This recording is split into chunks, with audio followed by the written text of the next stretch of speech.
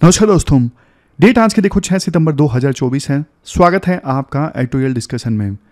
देखो discussion start करें उससे पहले कोट देख लीजिए। गैलीलियो का कोट है, you can not teach a man anything, you can only help him find it with in himself.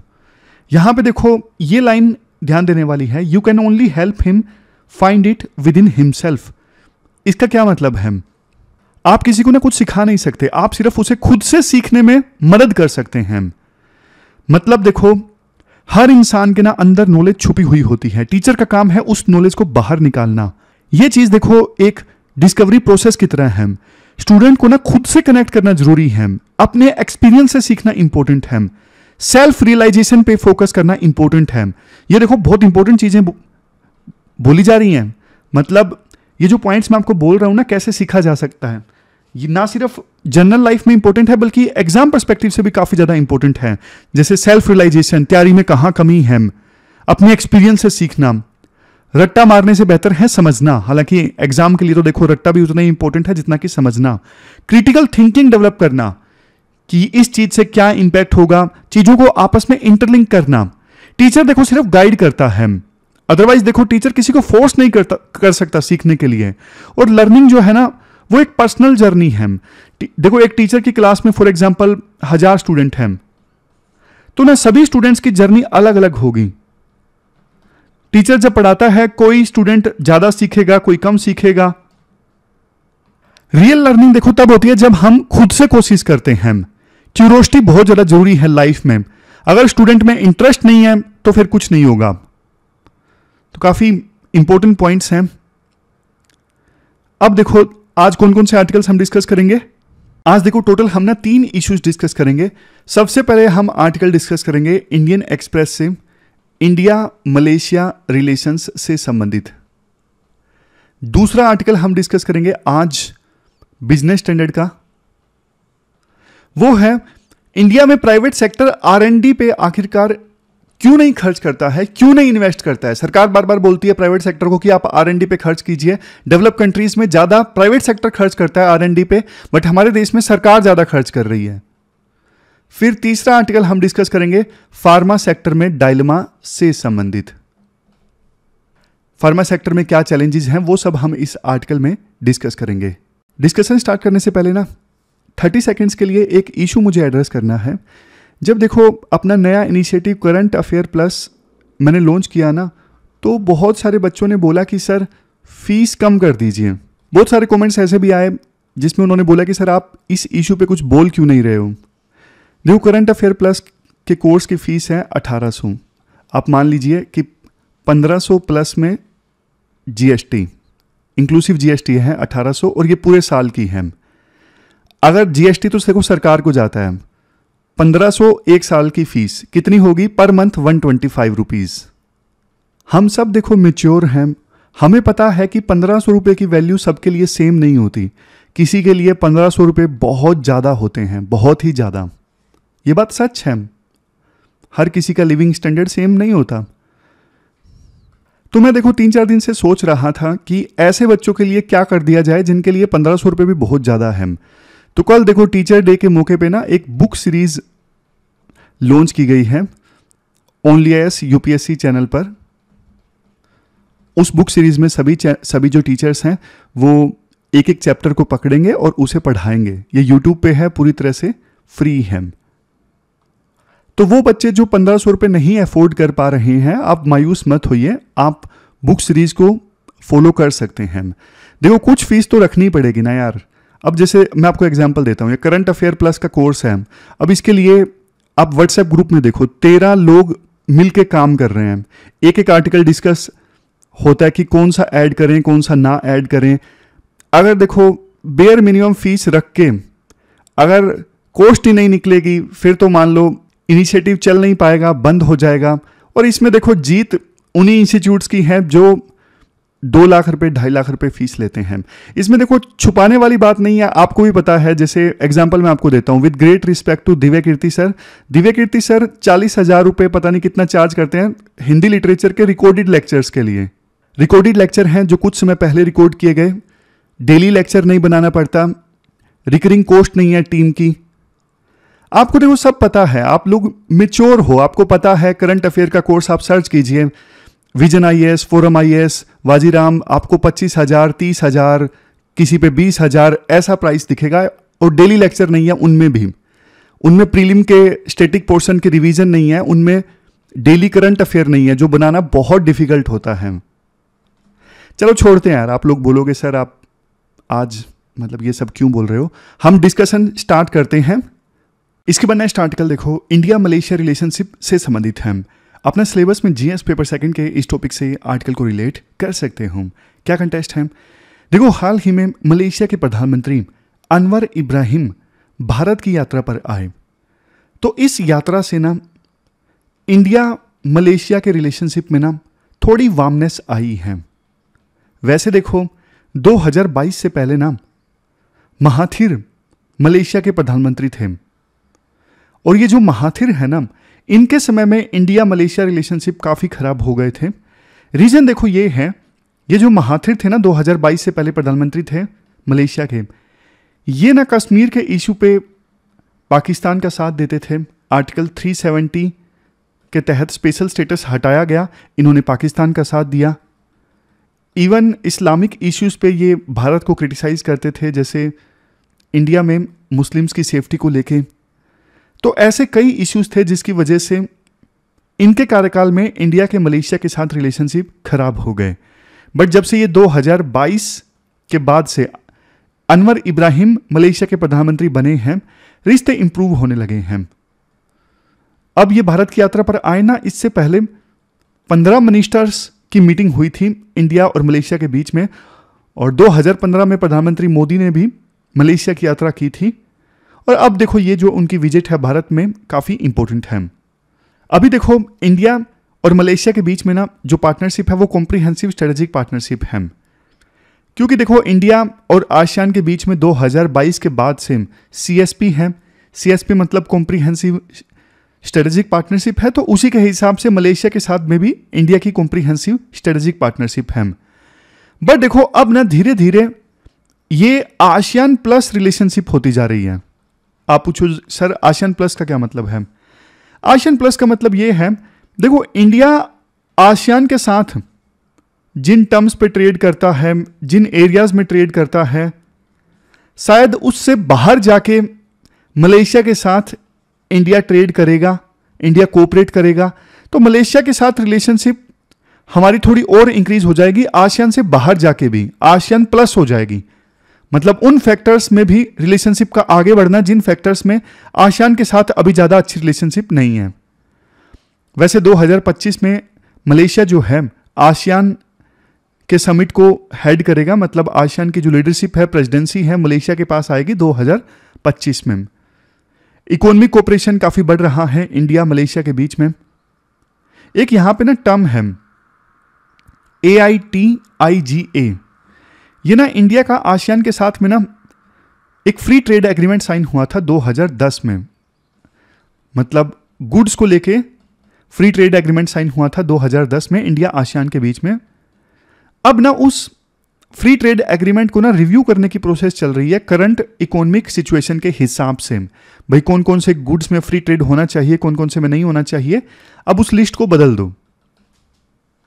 Writer कहते हैं देखो जैसे इंडिया और मलेशिया की रिलेशनशिप मजबूत हो रही है ना, तो मलेशिया चाहेगा कि यह रिव्यू थोड़ा ज्यादा जल्दी होना चाहिए। बायलैटरल ट्रेड इंडिया और मलेशिया के बीच में $20 बिलियन का है। आसियान कंट्रीज में तीसरे नंबर पे सबसे ज्यादा ट्रेड इंडिया का मलेशिया के साथ होता है। और मलेशिया देखो हमें सबसे ज्यादा ना पाम ऑयल एक्सपोर्ट करता है, पाम ऑयल की इंडिया को रिक्वायरमेंट होती है, और इसी वजह से ट्रेड में ना मलेशिया के साइड से सरप्लस है, मतलब मलेशिया एक्सपोर्ट इंडिया को ज़्यादा करता है, इंपोर्ट कम करता है। लेकिन CEO फोरम की मीटिंग हुई थी, CEOs फोरम की मीटिंग हुई थी, तो उसमें यह डिसाइड किया गया कि नए नए प्रोडक्ट्स में भी ट्रेड होना चाहिए, मतलब ट्रेड को डाइवर्सिफाई किया जाए। नए नए आइटम्स हैं जैसे देखो सेमीकंडक्टर्स, रिन्यूएबल्स, ऑटोमोबाइल्स, इलेक्ट्रॉनिक्स के आइटम्स, इनमें भी ट्रेड होना चाहिए इंडिया और मलेशिया के बीच में। रिसेंट ईयर्स में देखो मलेशिया ने ना $5 बिलियन इन्वेस्ट किए हैं। मलेशिया से $5 बिलियन की FDI इंडिया में आई है। और अभी देखो MOU साइन हुआ मलेशिया के प्रधानमंत्री की भारत यात्रा के दौरान कि डिजिटल टेक्नोलॉजीज में दोनों देश आपस में कोऑपरेट करेंगे। डिजिटल टेक्नोलॉजीज का आज के समय में देखो जमाना है, तो कोऑपरेशन आपस में दोनों देश करेंगे। इससे पहले भी दोनों देशों की फाइनेंशियल सर्विस अथॉरिटीज के बीच में एमओयू साइन हुआ था कोऑपरेशन को लेके। फाइनेंशियल सर्विस अथॉरिटीज मतलब जैसे देखो फिनटेक है, इंश्योरेंस है, बैंकिंग अथॉरिटीज हैं, ये सब फाइनेंशियल सर्विस अथॉरिटीज में आते हैं।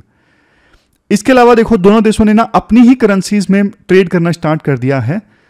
मलेशिया की करेंसी है रिंगिट, तो देखो अपनी करेंसी में दोनों देश ट्रेड करेंगे ना, रिंगिट में और रुपी में, और किसी तीसरे देश की करेंसी में कन्वर्ट नहीं करना पड़ेगा। फॉर एग्जांपल यूएसए डॉलर में ट्रांजैक्शनल कॉस्ट बच जाएगी, काफी तामझाम बच जाएगा। इवन अभी इस पे भी विचार है कि रुपए जो हमारे देश में पेमेंट सिस्टम है ना, उसे इंप्लीमेंट कर दिया जाए मलेशिया में भी। राइटर ये भी बोलते हैं, देखो सिंगापुर के बाद ना मलेशिया आसियान में दूसरा ऐसा देश है जिसके साथ इंडिया की इकोनॉमिक पार्टनरशिप या फिर डिजिटल टेक्नोलॉजी के डोमेन में पार्टनरशिप इतना मजबूत है। इस विजिट में देखो डायस्पोरा और ह्यूमन रिसोर्सेज को लेके एमओयू साइन होना, ये भी एक बड़ी अचीवमेंट रही। देखो इंडिया का जो डायस्पोरा है ना मलेशिया में ठीक ठाक है। 1,40,000 इंडियन वर्कर्स मलेशिया में काम करते हैं, तो इंडिया चाहता है इन वर्कर्स की प्रोटेक्शन, वेलफेयर जरूर सुनिश्चित होनी चाहिए।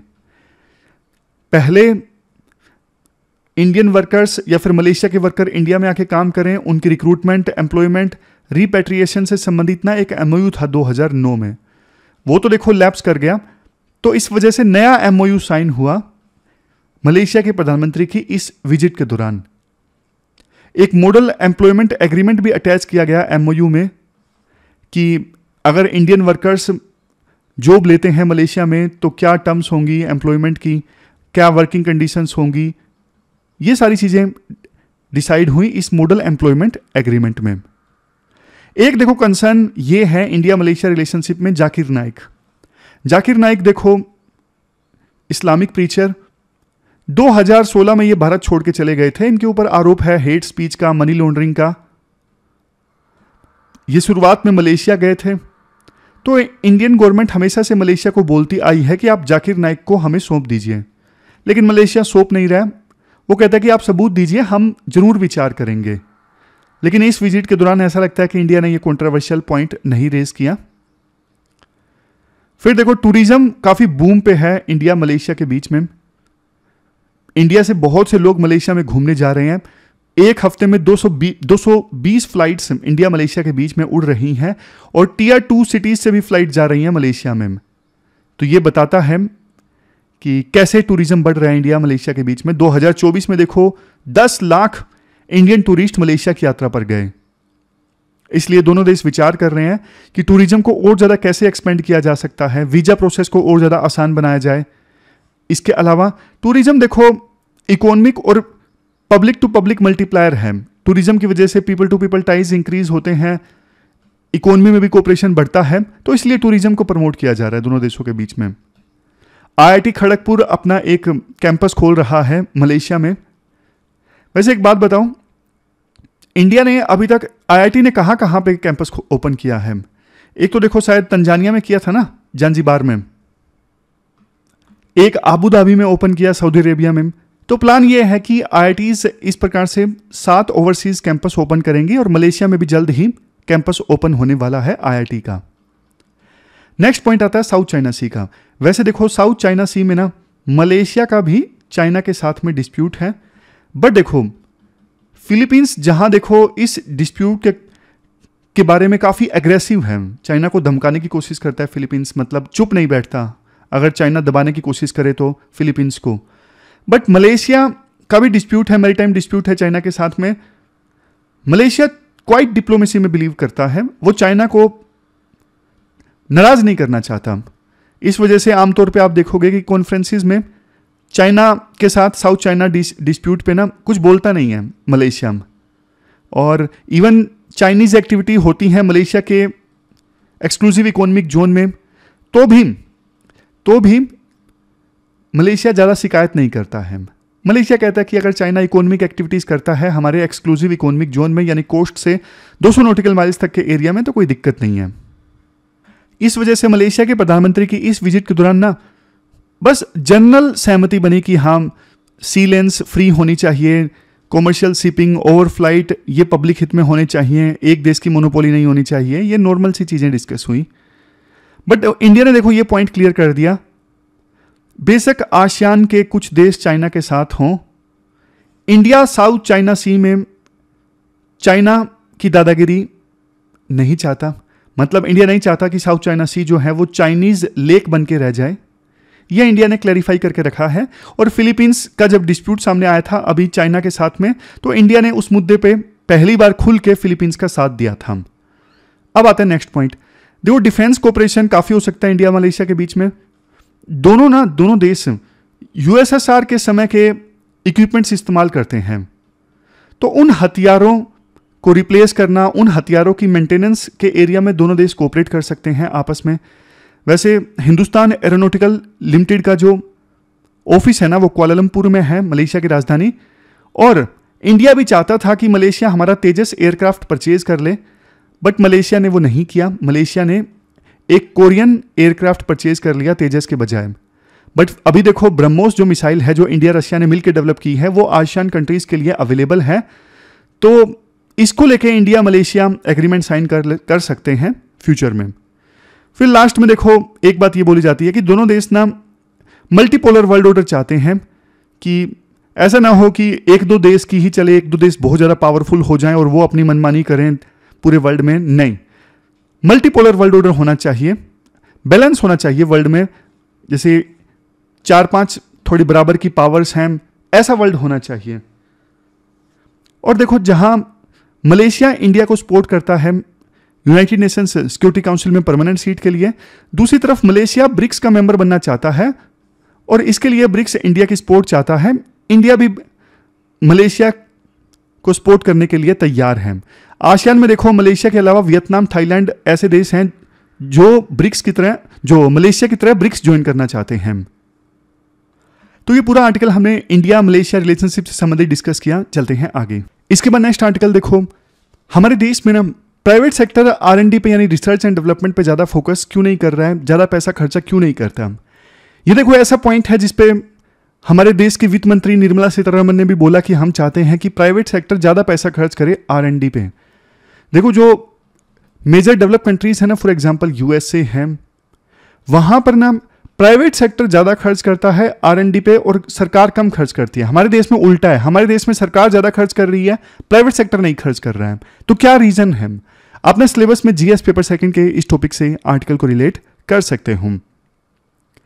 देखो R&D का सिंपल मतलब नए प्रोडक्ट्स, नए आइडियाज, नए प्रोसेसेस को डेवलप करना। ये देखो इनोवेशन के इंजन हैं। जैसे मैं आपको एग्जांपल देता हूं, मार्केट में ना अभी लोग चाहते हैं कि ऐसी बैटरी बननी चाहिए कि 5 दिन तक मोबाइल ना स्विच ऑफ ही ना हो। तो ना कोई कंपनी रिसर्च करती है कि ऐसा क्या मटेरियल यूज कर लिया जाए जिससे हम बैटरी की लाइफ को इंक्रीज कर सकें। तो इस पे वो कंपनी थोड़ी रिसर्च करने लगती है, यही R&D है। अगर देखो इंडिया का हम एक्सपेंडिचर देखें ना R&D पर बहुत कम है, GDP के हिसाब से देखें तो ऑलमोस्ट 0.65%, 64% के आसपास है इंडिया का एक्सपेंडिचर R&D पर। अगर आप दूसरे देशों को देखोगे, ताइवान का एक्सपेंडिचर R&D पे 3.6% ऑफ GDP है, साउथ कोरिया में 4.8% ऑफ GDP R&D पे खर्च होता है, चाइना में 2.4%, ब्राजील में 1.2%, इंडिया में सिर्फ 0.65% ऑफ GDP। लेकिन यहां पे ना राइटर एक अच्छा पॉइंट रेज करते हैं जो अभी तक हम आमतौर पे नहीं डिस्कस करते हैं। अगर देखो पर कैपिटा इनकम के हिसाब से देखेंगे ना, तो फिर इंडिया R&D में ठीक ठाक खर्च कर रहा है। मतलब समझ गए, अगर इंडिया को उन देशों से कंपेयर किया जाए जहां पर कैपिटा इनकम इंडिया जितनी है, तो वो देश भी अपनी GDP का ऑलमोस्ट इतना ही % R&D पर खर्च कर रहे हैं। तो फिर हम इन देशों से क्यों कंपेयर करते हैं, डेवलप कंट्रीज से इंडिया को क्यों कंपेयर करते हैं? तो इस पर राइटर देखो ये बोलते हैं, हम ना अपने फ्यूचर एस्पिरेशंस के हिसाब से सोचते हैं, ना कि करंट पोजीशन के हिसाब से। अगर हम चाहते हैं कि 20-30 साल में हमारी इकोनॉमी 4 गुना बढ़े और साथ ही हमारे देश में इंक्लूसिव डेवलपमेंट आए, तो देखो उसके लिए इनोवेशन बहुत ज़्यादा जरूरी है और इनोवेशन लाने के लिए R&D पर खर्च करना ही होगा। तो ये पॉइंट है एस्पायरेशन वर्सेस करंट पोजीशन का। इसके बाद देखो पॉइंट आता है गवर्नमेंट वर्सेस प्राइवेट सेक्टर के बीच में द्वंद्व R&D पर खर्च करने के लिए। देखो गवर्नमेंट है ना, अभी जितना हमारे देश में R&D पे खर्च होता है ना, उसका 60% गवर्नमेंट खर्च कर रही है। बट देखो सरकार जो खर्च करती है ना, सरकार कुछ इंपॉर्टेंट सेक्टर्स पे खर्च करती है सिर्फ, जैसे डिफेंस है, स्पेस है, एग्रीकल्चर है, न्यूक्लियर रिसर्च है, इन सब पे। बाकी चीजों को सरकार छोड़ देती है। बाकी चीजों पे प्राइवेट सेक्टर को खर्च करना चाहिए, लेकिन प्राइवेट जो इन्वेस्टमेंट है ना R&D पे, वो कम होने के बजाय, वो बढ़ने के बजाय कम हो रही है। जैसे 2012-13 में प्राइवेट कंपनीज देश में टोटल R&D एक्सपेंडिचर का 45% प्राइवेट सेक्टर की तरफ से होता था 2012-13 में, बट अब घट के ये 40% हो गया है। यानी बढ़ना चाहिए प्राइवेट सेक्टर का R&D पे एक्सपेंडिचर, लेकिन कम हो रहा है। आमतौर पर देखो प्राइवेट सेक्टर क्या करता है, क्योंकि इंडिया मार्केट बेस्ड इकोनॉमी है, वैसे मिक्स्ड इकोनॉमी है लेकिन फिर भी मार्केट का बोलबाला है इंडिया में, तो होता ये है जो प्राइवेट कंपनीज है ना, वो ये देखें कि मार्केट में किस चीज की नीड है, फिर उस नीड के हिसाब से R&D करें, R&D करके इनोवेशन लेके आए, प्रोडक्ट बनाएं और मार्केट में बेचें। सिंपल सी बात है। तो सवाल यही उठता है कि इंडिया में आखिरकार क्यों नहीं प्राइवेट कंपनीज R&D पे खर्च करती। इसके पीछे देखो बहुत सारे रीजंस बताए जाते हैं। सबसे पहला रीजन बताया जाता है इंसेंटिव की कमी। अभी देखो कंपनीज को ना 100% टैक्स डिडक्शन मिलता है R&D पर खर्च करने के लिए, लेकिन देखो ये छोटी कंपनीज के लिए ना ज्यादा फायदेमंद नहीं है। क्यों? क्योंकि उनका प्रॉफिट ही कम होता है, तो टैक्स डिडक्शन का तो फायदा उन्हें मिल ही नहीं पाता। समझ गए? मतलब टैक्स डिडक्शन का फायदा तो देखो उसे होगा जिसका प्रॉफिट ज्यादा है, बट छोटी कंपनीज का प्रॉफिट ही बहुत कम है, उन्हें वैसे भी कम टैक्स देना था, तो टैक्स डिडक्शन के लालच के चलते वो R&D पे ज्यादा खर्च नहीं करते। अब दूसरा पॉइंट है इंटेलेक्चुअल प्रॉपर्टी राइट्स इश्यू से संबंधित। देखो ये एक बहुत बड़ा प्रॉब्लम है, स्पेशली MSMEs के लिए।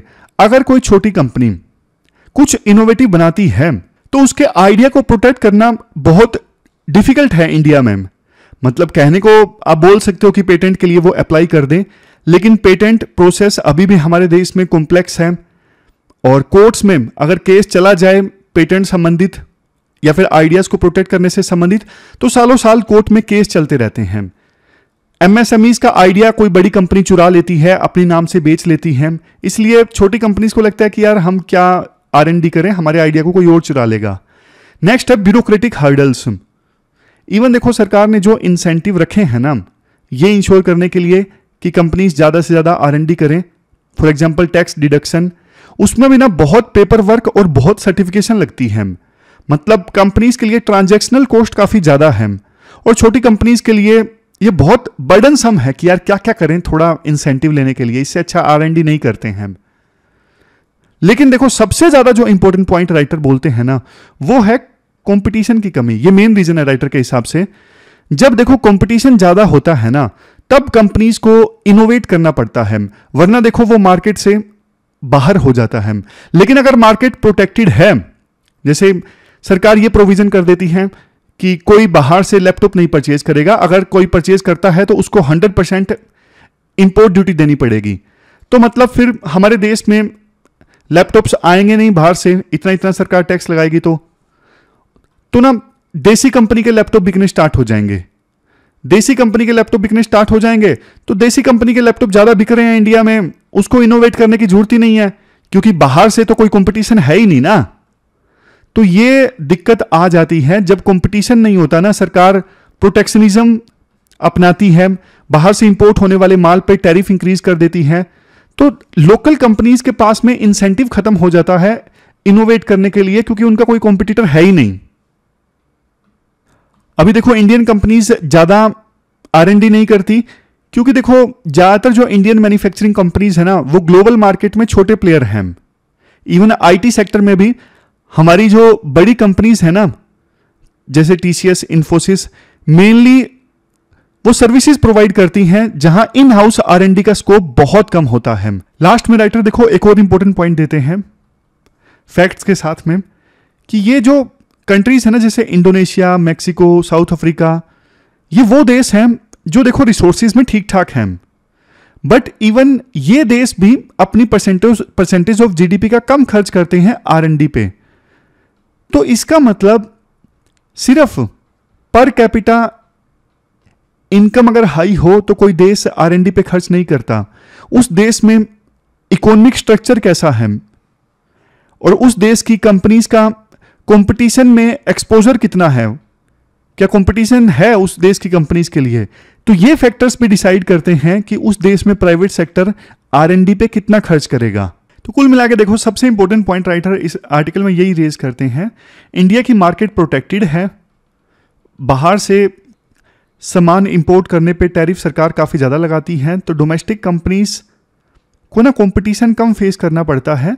तो कंपटीशन जब कम होगा तो वो इनोवेट करने के लिए ज़्यादा ललायत नहीं होंगी, उन्हें लगेगा कि बिना इनोवेट करे भी इतना मुनाफा बन रहा है तो क्यों R&D पे खर्च किया जाए।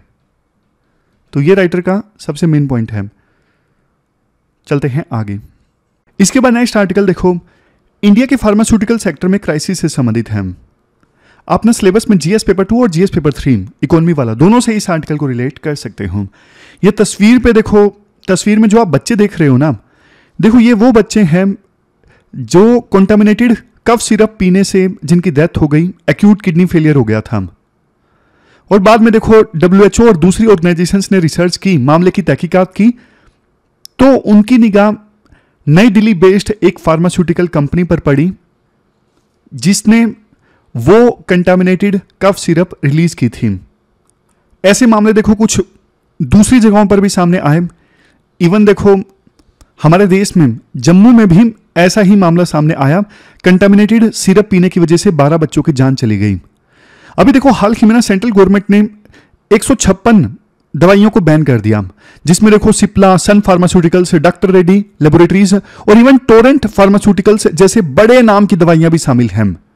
इन बैन ड्रग्स की लिस्ट देखो इतनी लंबी है कि इसमें paracetamol, cold flu, antibiotics, pain killers और मल्टीविटामिन सब इंक्लूडेड हैं। सोचिए देखो, जब भी कोई बीमार होता है, चाहे कोल्ड हो, फ्लू हो, छोटा सा फीवर हो, डॉक्टर के पास जाते हैं और डॉक्टर देखो जो भी सजेस्ट करता है, पेशेंट नहीं सोचता इन सब चीज़ों के बारे में कि डॉक्टर ने कंपनी से कुछ फेवर ली है, ये दवाइयाँ प्रिस्क्राइब करने के लिए कोई सीक्रेट डील हुई है, या फिर हॉस्पिटल के साथ में फार्मास्यूटिकल कंपनी की कोई पार्टनरशिप हुई है। पेशेंट को कुछ नहीं पता होता, पेशेंट आंख बंद करके विश्वास करता है और डॉक्टर जो दवाइयाँ प्रिस्क्राइब करता है वो ले लेता है, लेकिन उसका रिजल्ट अगर देखो ये निकले तो कितना ज़्यादा दुखद है। देखो फार्मास्यूटिकल ना इंडस्ट्री जो है वो इंडिया को वर्ल्ड स्टेज पर रिप्रेजेंट करती है। आज इंडिया दुनिया का सबसे बड़ा जेनरिक मेडिसिन का एक्सपोर्टर है। इंडिया की जेनरिक मेडिसिन की डिमांड ना 200 से अधिक देशों में है। करंटली इंडिया जो एक्सपोर्ट से रेवेन्यू कमाता है ना, 20% से ज़्यादा तो देखो फार्मा सेक्टर से ही कमाता है। इवन देखो पूरे वर्ल्ड में जितनी वैक्सीन की डिमांड है ना, 60% डिमांड तो इंडिया ही फुलफिल करता है। तो ये डेटा है, आपको यूज करना चाहिए जब फार्मास्यूटिकल सेक्टर के बारे में आपको कुछ लिखना हो, कुछ ऐसे में लिखना हो, आंसर में लिखना हो, या फिर इंडिया की ग्रेटनेस के बारे में लिखना हो, तब भी आप ये डेटा इस्तेमाल कर सकते हो। लेकिन देखो राइटर बोलते हैं ये जो हादसे हुए ना, इंडिया की फार्मास्यूटिकल कंपनीज के द्वारा रिलीज की गई दवाइयां कंटामिनेटेड मिली, इससे कुछ जाने चली गई, इस इंसिडेंट ने ना इंडिया की फार्मा इंडस्ट्री की रेपुटेशन को काफी हार्म पहुंचाया है।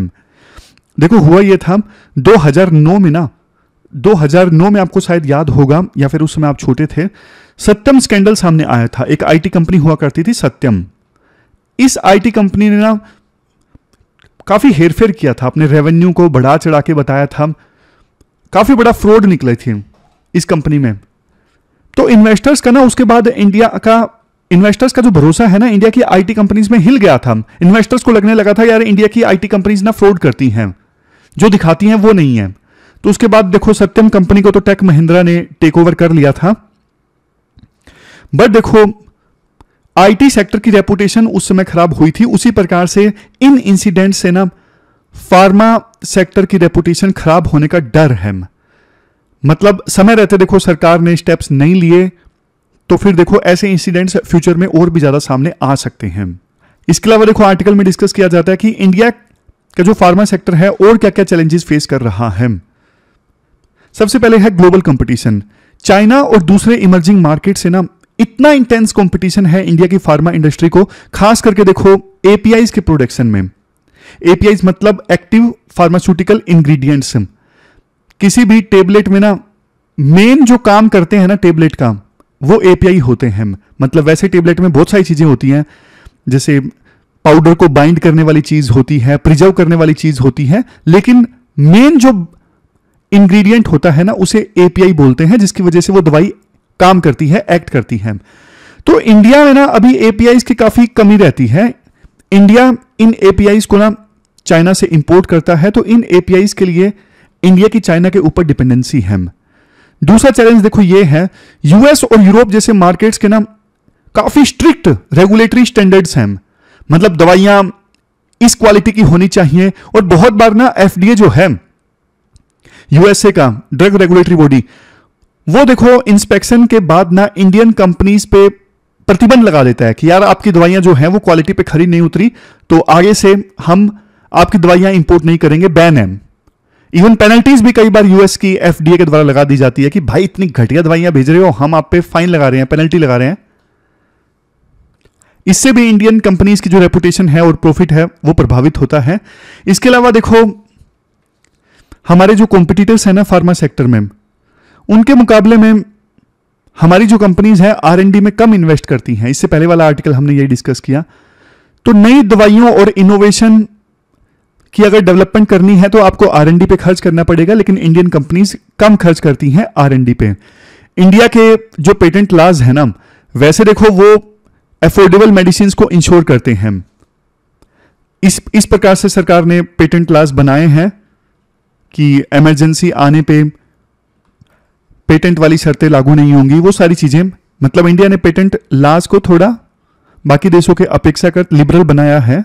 बट इसके चलते ना कई बार ग्लोबल फार्मास्यूटिकल कंपनीज का ना इंडियन गवर्नमेंट के साथ डिस्प्यूट देखने को मिलता है, और इस वजह से कई बार ग्लोबल फार्मास्यूटिकल कंपनीज इंडिया में कम इन्वेस्ट करती हैं।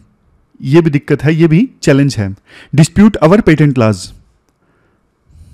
इसके बाद राइटर बोलते हैं देखो कोविड-19 की महामारी के दौरान हमने देखा कि एपीआईज एक्टिव फार्मास्यूटिकल इंग्रेडिएंट्स और दूसरे रॉ मटेरियल के लिए दूसरे देशों पर डिपेंड करना, फॉर एग्जांपल चाइना पर, यह देखो बहुत ज्यादा रिस्की है।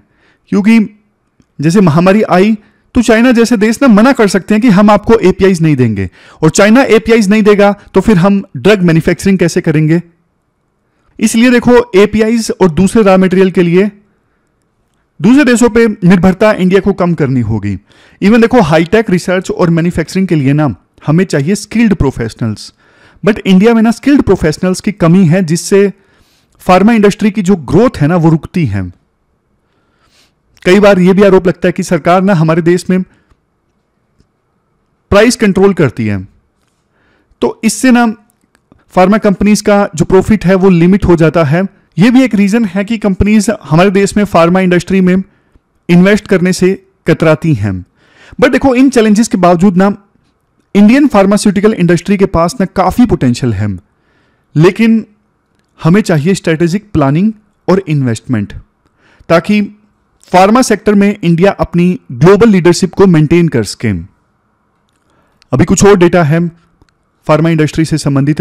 जैसे देखो फार्मा इंडस्ट्री का जीडीपी और एम्प्लॉयमेंट में बड़ा योगदान है, जहां देखो ये सेक्टर लगभग 27 लाख लोगों को डायरेक्टली रोजगार देता है, और 2 करोड़ 40 लाख लोगों को इनडायरेक्टली फार्मा सेक्टर रोजगार प्रोवाइड करता है।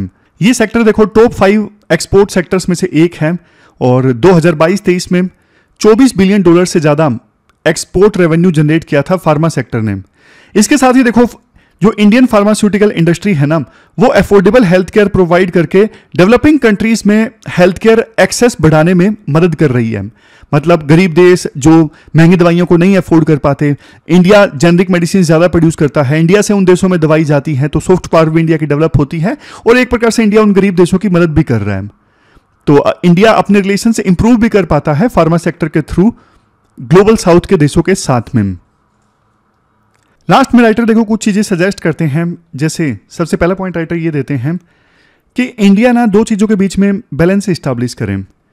एक तो देखो कई बार जो एमएनसीज है ना वो लूप होल्स का फ़ायदा उठा के अपने पेटेंट पीरियड को एक्सटेंड करवाती रहती हैं, जिससे लंबे समय तक जनता को सस्ती दवाइयाँ उपलब्ध नहीं हो पाती, जेनरिक मेडिसिन उपलब्ध नहीं हो पाती। इस चीज़ के बीच में और इंटेलेक्चुअल प्रॉपर्टी प्रोटेक्शन के बीच में, दोनों के बीच में इंडिया को देखो बैलेंस इस्टेब्लिश करना होगा। इसके अलावा जो अभी ये इंसिडेंट्स हुए हैं ना, इंडिया को देखो फार्मास्यूटिकल कंपनीज को ना जबरदस्त मोटिवेट भी करने की आवश्यकता है और डर भी पैदा करने की आवश्यकता है, ताकि वो क्वालिटी मैनेजमेंट सिस्टम और सेल्फ इंप्रूवमेंट इनिशिएटिव्स इंप्लीमेंट करें। दूसरा देखो, ड्रग्स को अप्रूवल मिलने के बाद में मार्केटिंग स्टार्ट होती है ना, तो पोस्ट मार्केटिंग सर्विलियंस को ज़्यादा सीरियसली किया जाए, ताकि दवाइयों के जो एडवर्स इफेक्ट सामने आते हैं ना उसे जल्दी से पहचान के तुरंत की तुरंत कार्रवाई की जा सके और नेगेटिव जो इम्पैक्ट है ना वो ज़्यादा लोगों पे ना पड़े, ये इंश्योर किया जा सके। और सबसे लास्ट में एक सिंगल अथॉरिटी क्रिएट करनी चाहिए जिसके पास देखो पर्याप्त पावर्स हो, रिसोर्सेज हो, एक्सपर्टीज हो, ऑटोनमी हो। वो बॉडी जो है ना पूरे फार्मा सेक्टर को रेगुलेट करे और ऑलरेडी जो कानून है, जो लॉज हैं, उनका इफेक्टिव इन्फोर्समेंट करवाए, इफेक्टिव इंप्लीमेंटेशन करवाए। तो ये 3-4 सजेशन राइटर अपनी तरफ से देते हैं। ये पूरा आर्टिकल हमने डिस्कस किया। लास्ट में क्वेश्चन देख लीजिए। लास्ट में देखो ये क्वेश्चन आपको अटेम्प्ट करना है फार्मास्यूटिकल इंडस्ट्री से संबंधित। 250 वर्ड्स में आपको इस क्वेश्चन का आंसर देना है। 15 मार्क्स का ये क्वेश्चन है। तो pwonlyas.com पे जाके आप इस क्वेश्चन का आंसर दे सकते हो। ये थी हमारी आज की डिस्कशन। कल मिलते हैं फिर से एक नई इंपॉर्टेंट डिस्कशन के साथ। तब तक आप अपना ख्याल रखिए, अच्छे से पढ़िए। Thank you very much for discussion.